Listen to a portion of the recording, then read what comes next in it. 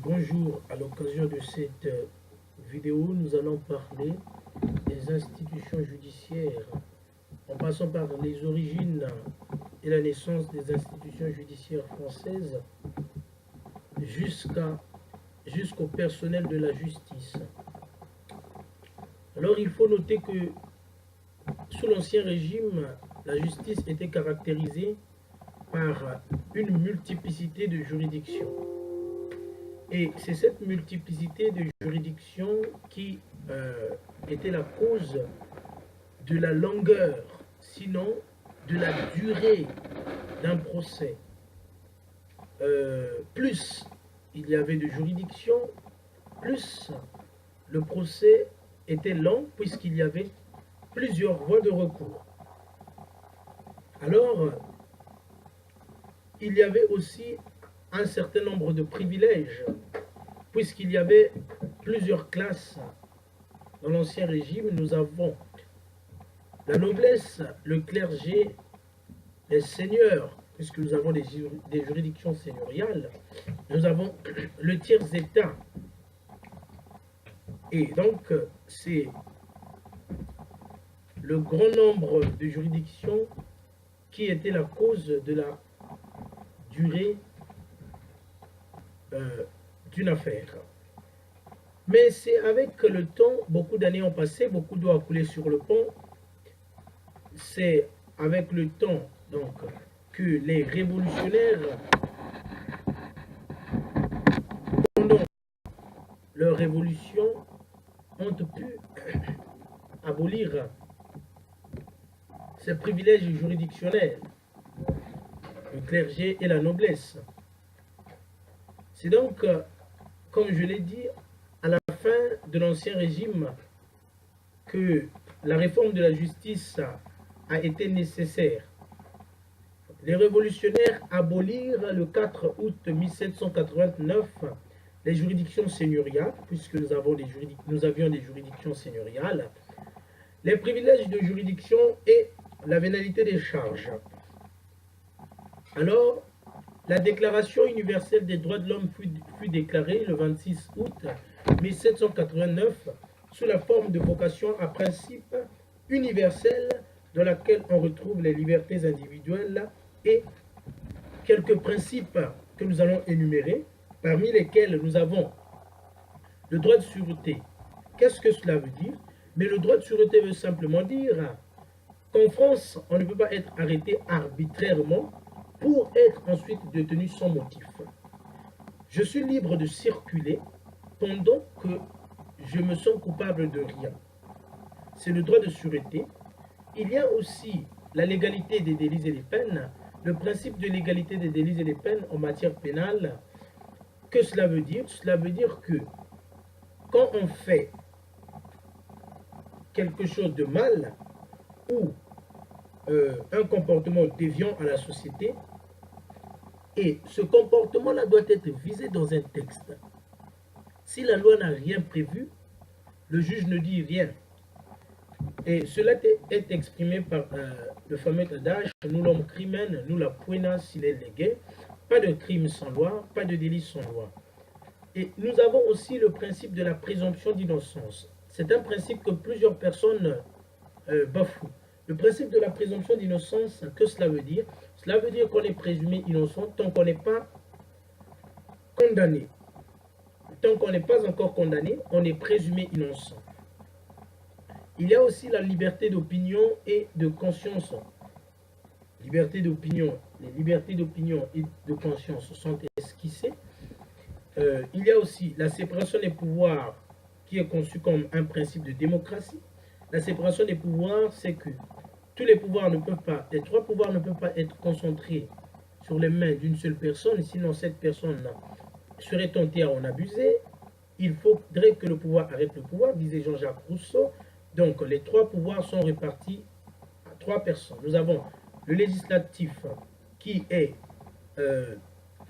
conféré au législateur, au Parlement. Nous avons l'exécutif qui est conféré à l'exécutif. Le législatif, le pouvoir de faire les lois.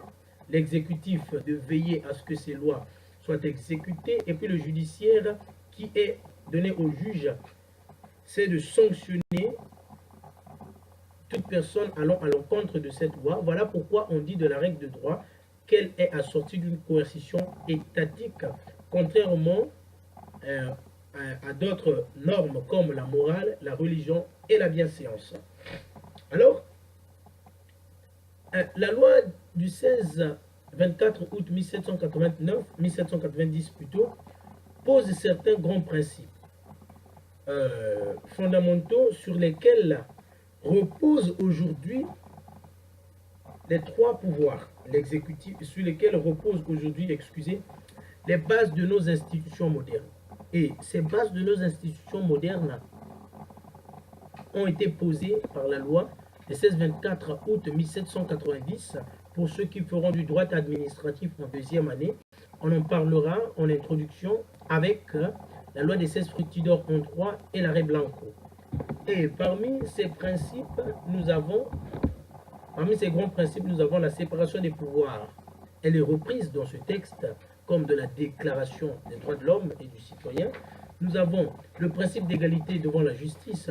Que cela veut dire? Cela veut dire que tout le monde est égal devant la justice. Que l'on soit blanc, que l'on soit noir, homme ou femme, jeunes ou vieux. Il y a aussi un autre principe, le principe de la gratuité de la justice.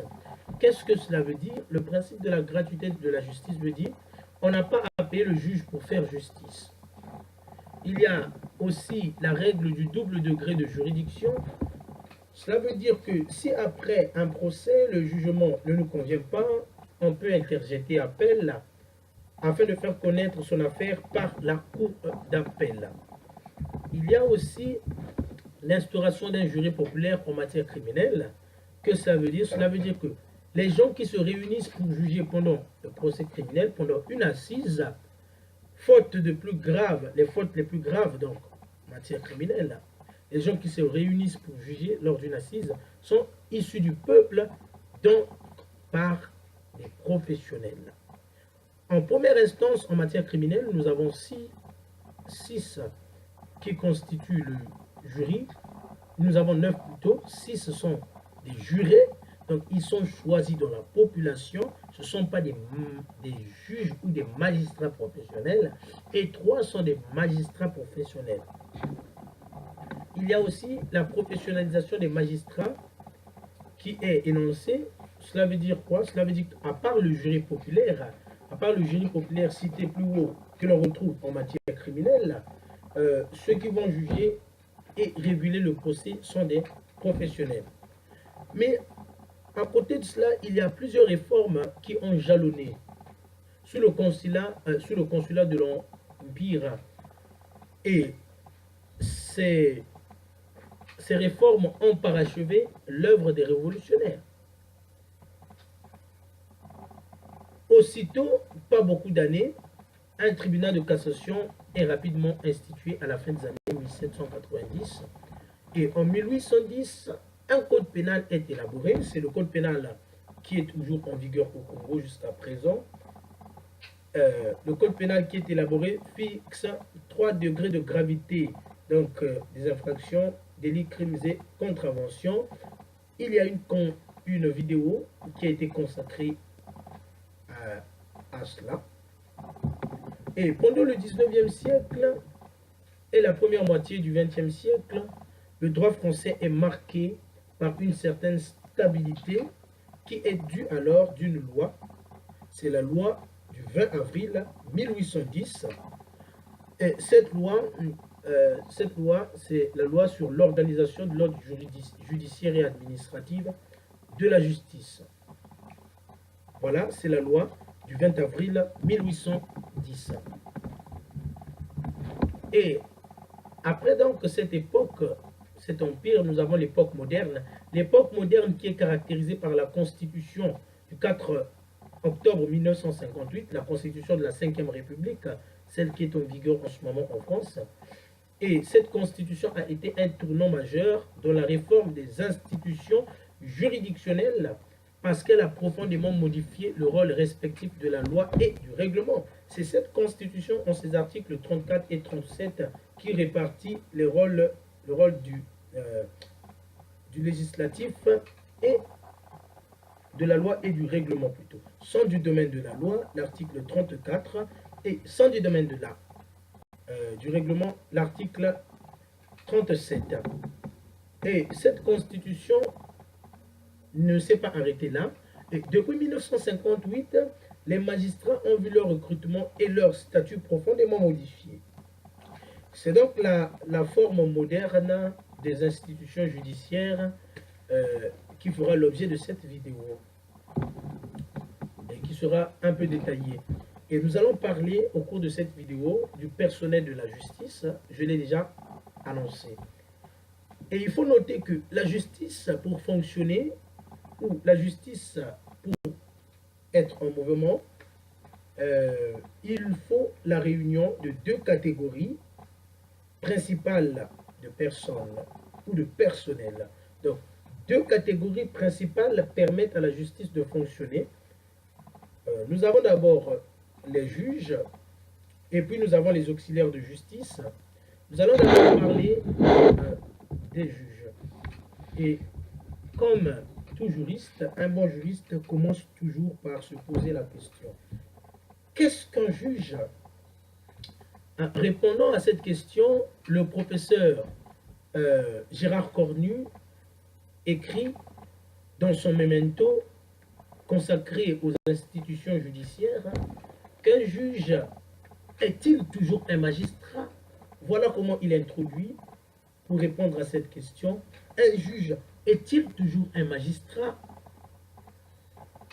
Et répondant à cette question, qu'est-ce qu'il dit? Il dit non. Le professeur Gérard Cornu dit que le juge n'est toujours pas un magistrat. Et pourquoi il le dit? Mais parce qu'il existe certaines juridictions où la fonction de juge est exercée par un homme ou une femme. Certaines juridictions où la fonction de juge est exercée par un homme ou une femme n'appartenant pas au corps des magistrats professionnels. Nous avons le cas du tribunal de prud'homme, dans lequel on trouve pas des magistrats professionnels, le tribunal de commerce dans lequel on trouve les commerçants eux-mêmes qui sont élus par leur père, un tribunal dans lequel il existe le principe de la collégialité, ils sont 4. Nous allons parler de ça à l'occasion d'une autre vidéo. Donc cette question, est-ce qu'un juge est-il toujours professionnel? Il dit non. Mais pourquoi? Parce qu'il y a des juridictions dans lesquelles on trouve des juges, mais qui ne sont pas des professionnels. Nous avons le tribunal de prud'homme, nous avons le tribunal commercial. Et le professeur Gérard Cornu continue sa réponse. Qu'est-ce qu'un juge? En disant qu'un juge est chargé de dire le droit et de trancher les litiges. Un juge, c'est quelqu'un qui est chargé de dire le droit et de trancher les litiges. Et c'est la réponse à cette question qui lui permet de se poser en surplus une autre question, suivant laquelle: est-ce qu'un magistrat est toujours un juge? Est-ce qu'un magistrat est toujours un juge? Mais le professeur Gérard Cornu, connaissant bien le métier de magistrat et connaissant bien les magistrats qui jugent, qui sont appelés les magistrats du siège, il va donc répondre à cette question qu'un magistrat n'est toujours pas un juge. Mais pourquoi? Mais tout simplement parce qu'il y a des magistrats qui ne jugent pas. Il y a des magistrats qui jugent, mais il y a des magistrats qui ne jugent pas. Nous sommes en matière pénale, par exemple. Il y a des magistrats qui ne jugent pas. Nous allons prendre le cas des magistrats du parquet. Les magistrats du parquet, c'est le procureur de la République avec ses substituts. Le procureur de la République, il est magistrat, il est professionnel, il est sorti de l'École nationale de magistrature de Bordeaux ou de l'École nationale de magistrature de Brazzaville, l'ENAM. Mais il n'est pas juge. Lui, il est le représentant de la société. Il est représentant de la société, mais il n'est pas juge. Par contre, le juge ici, c'est le magistrat du siège. Celui qui siège, qui dit le droit. Il dit le droit. Voilà pourquoi on l'appelle le magistrat du siège. Par contre, le magistrat du siège ou le magistrat assis. Donc, le juge qui dit le magistrat qui est juge, c'est le magistrat du siège ou le magistrat assis. Le juge assis ou le magistrat assis.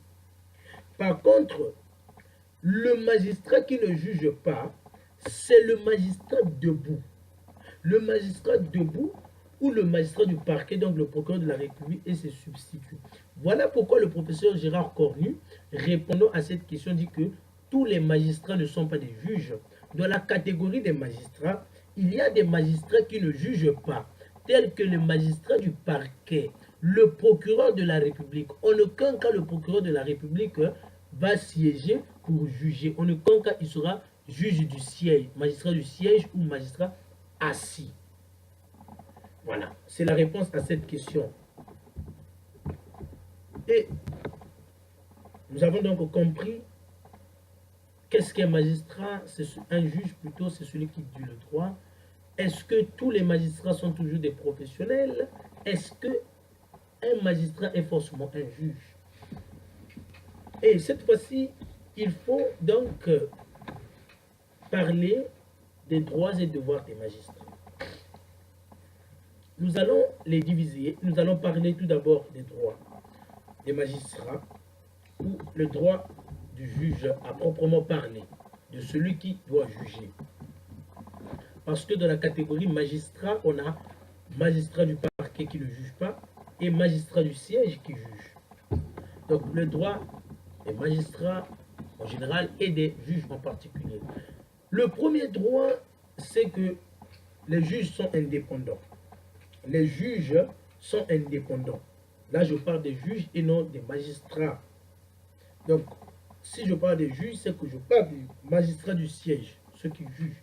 Les juges, il faut savoir faire cette distinction entre juges et magistrats. Les juges sont indépendants. Et c'est également le cas pour tous les magistrats du siège. Donc, les juges qui sont les magistrats du siège sont indépendants. Contrairement aux magistrats du parquet, donc le procureur de la République, qui sont sous la dépendance hiérarchique du garde des Sceaux.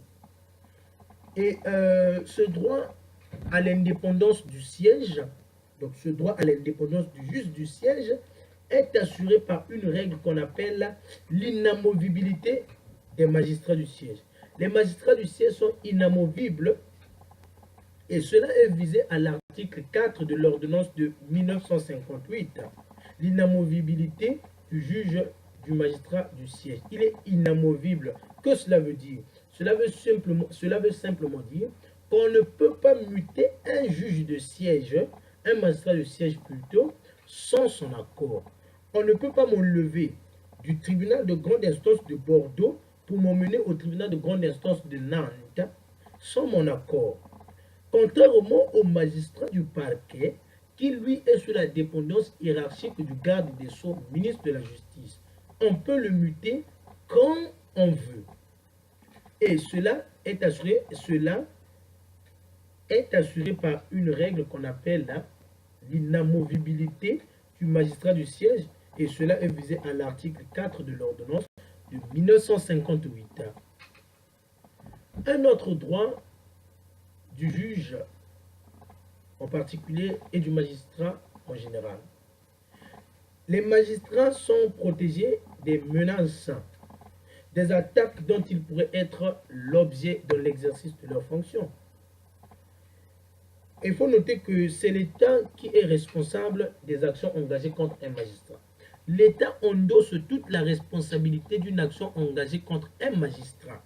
Le magistrat n'est pas responsable. C'est l'État qui est responsable. Voilà deux des droits des magistrats que nous pouvons citer, que nous pouvons énoncer. Et nous allons maintenant parler des devoirs du magistrat.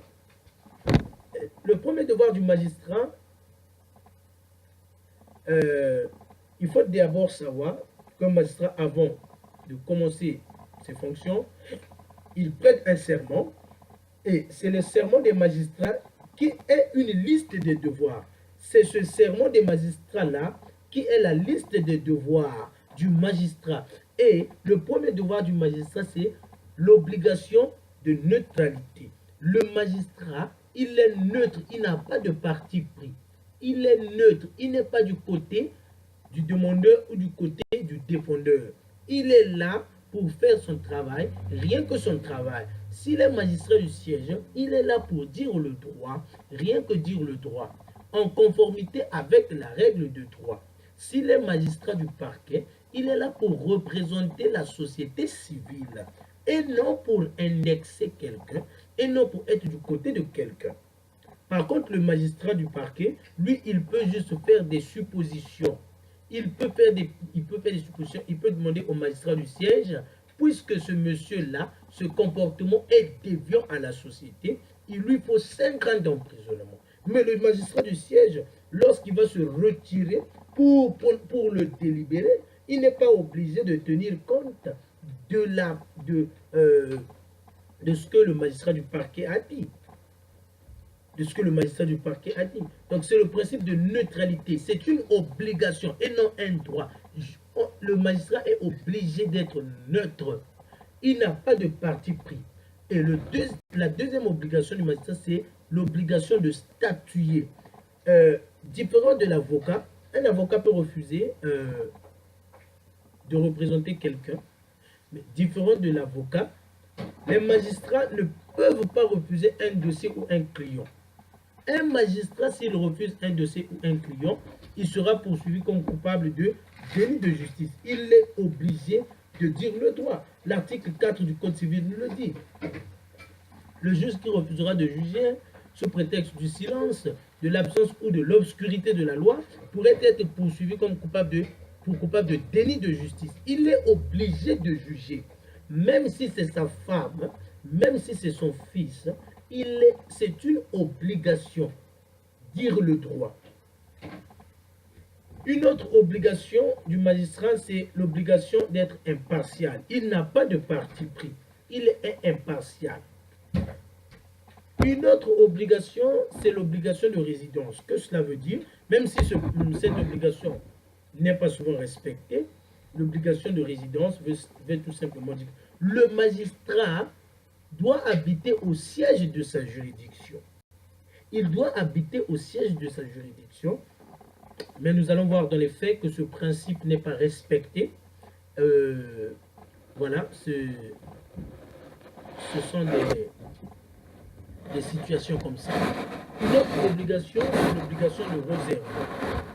Que cela veut dire? Mais le magistrat peut syndiquer, il a le droit de syndiquer, il peut faire partie d'un syndicat, mais le magistrat n'a pas le droit de grève.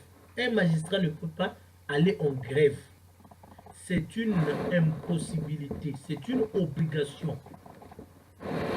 Il n'a pas le droit de grève, il est obligé de ne pas aller en grève. Il n'a pas ce droit-là. Et une autre obligation, c'est l'obligation de conduite. Et là, ça vaut plus pour les magistrats du parquet, puisqu'ils sont sous la dépendance hiérarchique du garde du sceau. Le magistrat du parquet doit bien se conduire, sinon il peut quitter d'un niveau à un autre. De procureur, il devient substitut. Et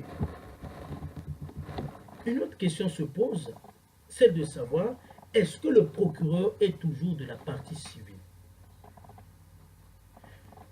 Et une autre question surenchérie, celle de savoir, est-ce qu'il peut aider la clémence? Répondons à cette question, nous allons tout simplement dire que le procureur ne plaide pas. Je l'ai déjà dit. Le procureur ne plaide pas. Mais qu'est-ce que le procureur peut faire? Le procureur ne plaide pas parce que c'est le boulot de l'avocat. Mais le procureur, lui, peut faire des réquisitions à zéro. Des réquisitions à zéro, c'est ce que je viens de dire. Quand le procureur peut dire au magistrat du siège, ce comportement étant déviant à la société, il lui faut 5 ans d'emprisonnement. Ce sont des réquisitions.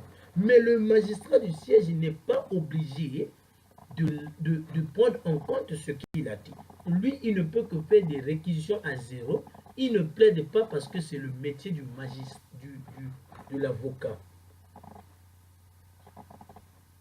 Il n'y a pas d'amende où lui, il peut faire des réquisitions à zéro, où il n'y a pas d'amende, où il n'y a pas d'emprisonnement. Et donc, après avoir parlé du personnel principal de la justice. Donc, le magistrat, il faut parler des auxiliaires de la justice. Et parmi les auxiliaires de la justice, le premier auxiliaire, c'est l'avocat. Et l'avocat, lui, a 3 missions. La première mission de l'avocat, c'est de conseiller. Qu'est-ce que cela veut dire? Cela veut tout simplement dire qu'en dehors de tout contentieux, l'avocat, lui, il conseille son client, rédige ses contrats et réalise pour lui des missions de médiation. Il conseille son client, rédige ses contrats et réalise pour lui des missions de médiation. On ne peut pas violer la correspondance cabinet d'avocat et son client. Une autre mission de l'avocat, hormis celle de conseiller, c'est la mission de représenter. L'avocat, il a une mission de représentation. Que cela veut dire? Cela veut dire qu'il existe des juridictions où être représenté par un avocat est une obligation. Nous avons le cas du tribunal de grande instance. Au tribunal de grande instance, le ministère d'avocat est obligé. Contrairement à la cour d'appel, où on peut ou ne pas être représenté par un avocat. Au tribunal de grande instance, le ministère d'avocat est obligatoire. Et l'avocat représente son client au tribunal de grande instance et il rédige pour lui les actes de la procédure. Contrairement à la cour d'appel où on peut aller sans avocat. On peut se défendre soi-même. C'est ça la mission de représentation. Il y a des juridictions dans lesquelles le ministère d'avocat est obligatoire. Nous avons le cas du tribunal de grande instance. Il y a plusieurs juridictions que nous pourrons citer. La troisième mission de l'avocat, c'est la mission d'assistance. La mission d'assistance, c'est quoi? C'est que lorsque la représentation par un avocat n'est pas obligatoire, l'avocat peut bien sûr intervenir et plaider aux intérêts. Et dans ce cas, il assiste son client. À la cour d'appel, par exemple, la représentation d'un avocat n'est pas obligatoire, mais on peut toujours aller avec son avocat pour être assisté par ce dernier. L'avocat peut nous assister, mais il ne nous représente pas. Il ne va pas plaider, il va juste nous assister. Il va m'assister pendant que moi-même je suis en train de défendre mon affaire. Je suis en train de défendre mon affaire. Je suis en train de me défendre en fait. Et après avoir parlé des missions d'avocat, il faut maintenant parler des droits et devoirs d'un avocat. Bien évidemment, il a un devoir, il a des devoirs, il a des devoirs. Et le premier, c'est quoi? C'est qu'un avocat est tenu sous le serment. Comme un magistrat, un avocat aussi est tenu sous le serment. Mais il est surtout tenu sous le secret professionnel, qui est la pierre angulaire de la relation avocat-client. Le secret professionnel d'un avocat, c'est la pierre angulaire de la relation client, avocat-client, dont la violation constitue une infraction pénale. Lorsque un avocat viole le secret professionnel, vous pouvez assigner cet avocat en justice. C'est une infraction pénale. C'est une infraction pénale.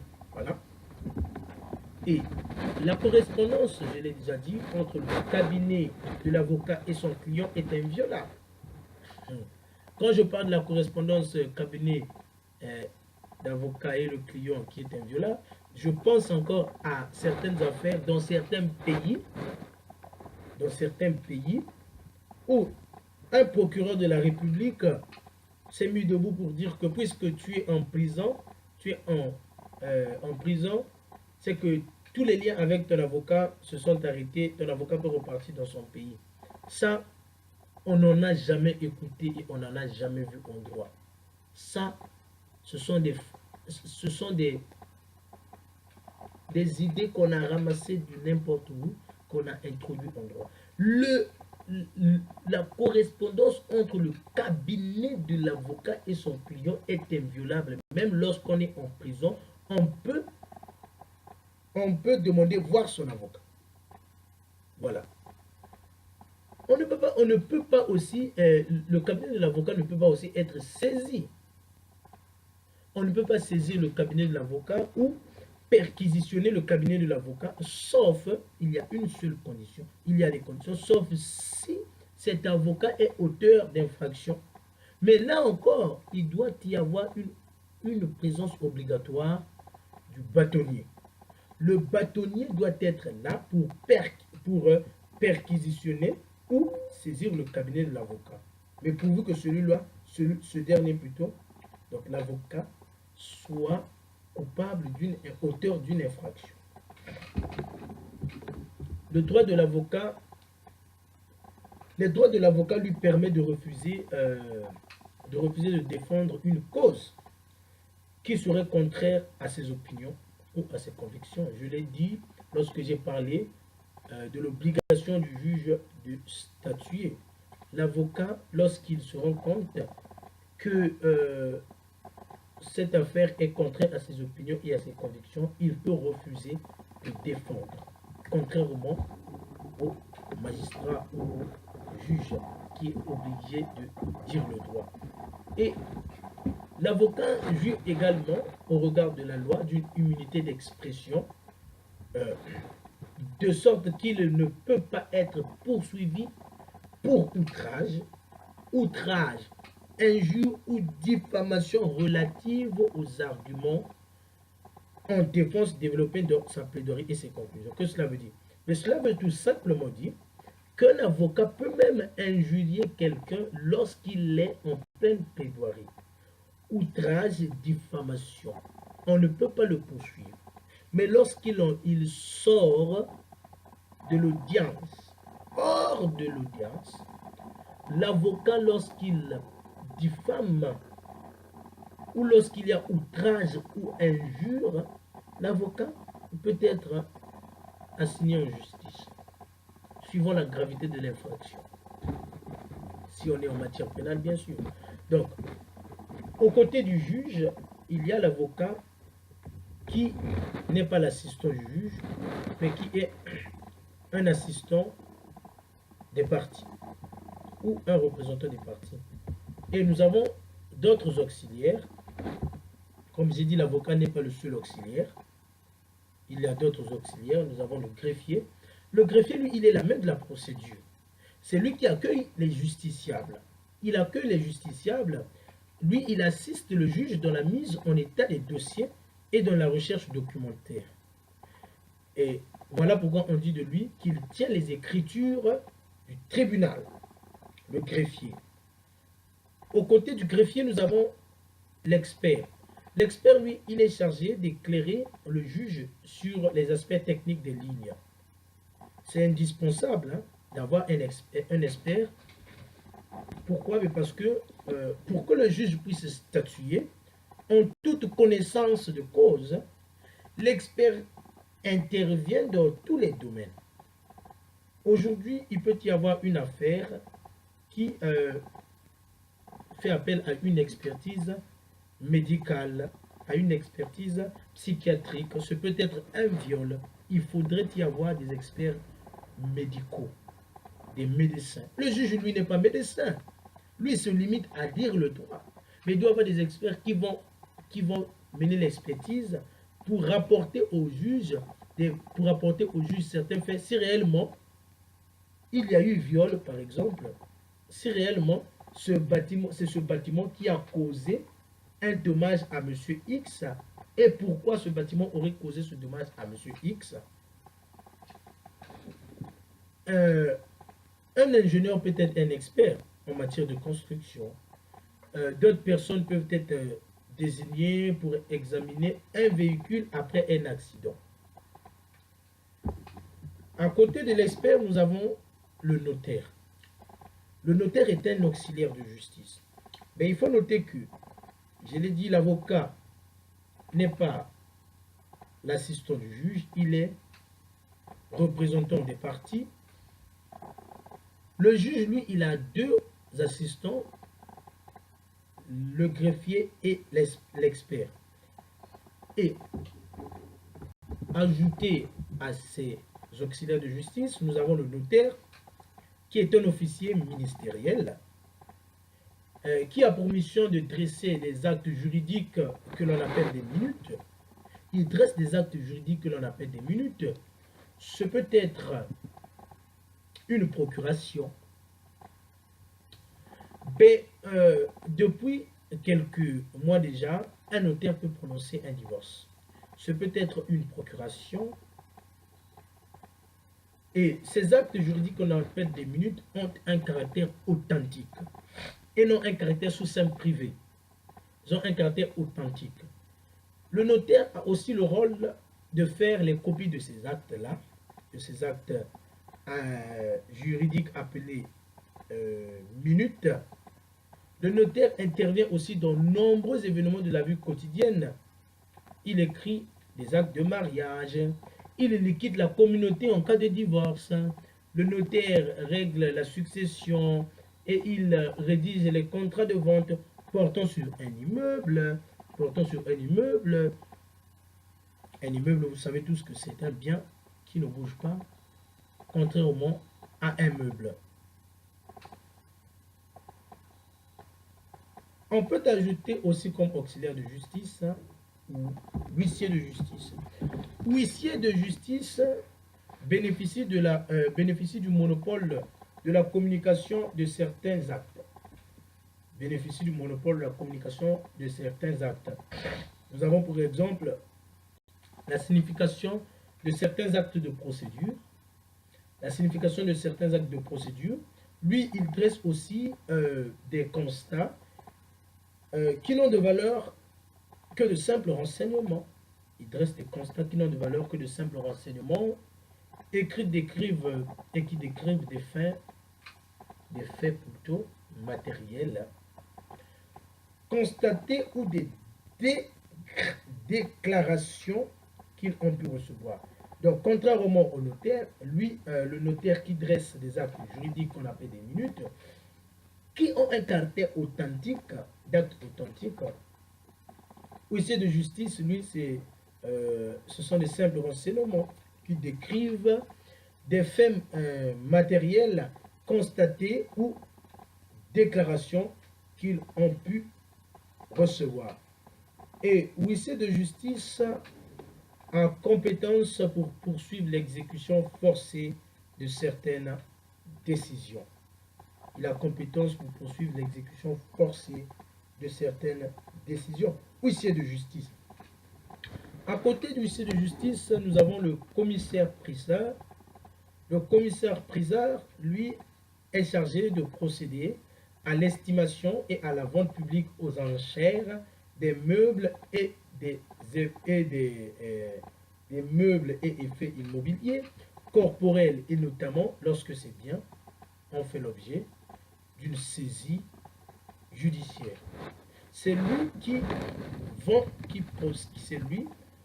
qui procède à l'estimation et à la vente aux enchères des biens, meubles et effets mobiliers qui ont fait l'objet d'une saisie judiciaire. Voilà, nous sommes arrivés au terme de notre vidéo, au cours de laquelle nous avons exposé en premier lieu l'origine et la naissance des institutions judiciaires françaises. Nous sommes partis de l'ancien régime jusqu'au nouveau régime en passant par les années 1954, en passant par la nouvelle constitution de la Ve République, jusqu'à ce que nous avons parlé des principes esquissés par la Déclaration universelle des droits de l'homme et du citoyen, et puis principes aussi esquissés par la loi des 16-24 août 1790, jusqu'à ce que nous avons abouti au personnel de la justice, notamment le personnel principal, le magistrat, où nous avons dit qu'un magistrat n'est toujours pas professionnel, avec le professeur Gérard Cornu. Nous avons aussi dit qu'un magistrat n'est toujours pas juge. Nous avons parlé des auxiliaires de la justice, avocats, greffiers, expert, notaire, huissier de justice, commissaire, priseur. Et c'est à ce stade que s'achève cette vidéo. Une autre vidéo sera faite consacrée aux principes régissant les institutions judiciaires. Et ce serait un complément pour cette vidéo. Merci. N'hésitez pas à vous abonner.